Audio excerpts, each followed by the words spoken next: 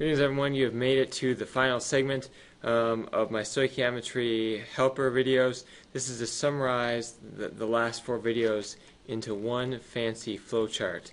So what you can do for any type of stoichiometry problem is basically look at your balance equation, and A and B are just some reactant or product. They can really be anything.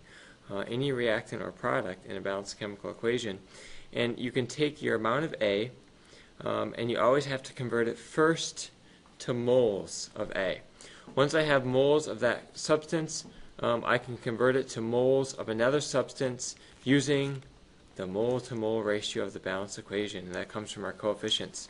Once we've converted to moles of another thing, then we can go a step further and convert to some amount of B. Now when I say amount of A or amount of B, I'm really talking about the different types of quantities. We could have mass in grams, we could have volume in liters of gas. Those are the ones we've talked about so far, and we're going to learn about more later.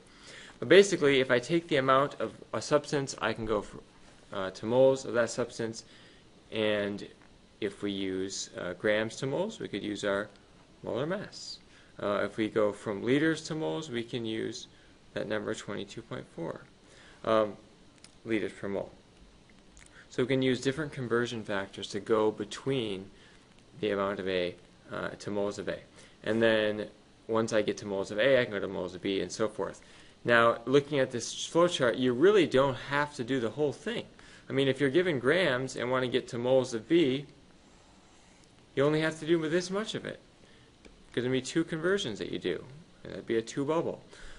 If you're given moles of A, you could be asked to convert to moles of B. That's only a 1-step conversion. You could be given moles of A and asked to convert to some amount of B, some grams of B. And then that would be a 2-step conversion problem. Or then there was the 3-step conversion problem where I go from amount of A all the way to some amount of B, and that could be grams or liters. So this is just a helpful flowchart that may help you if you're trying to figure out what you have to do in case you forget that you just must go through the mole. Alright, I hope that this was helpful.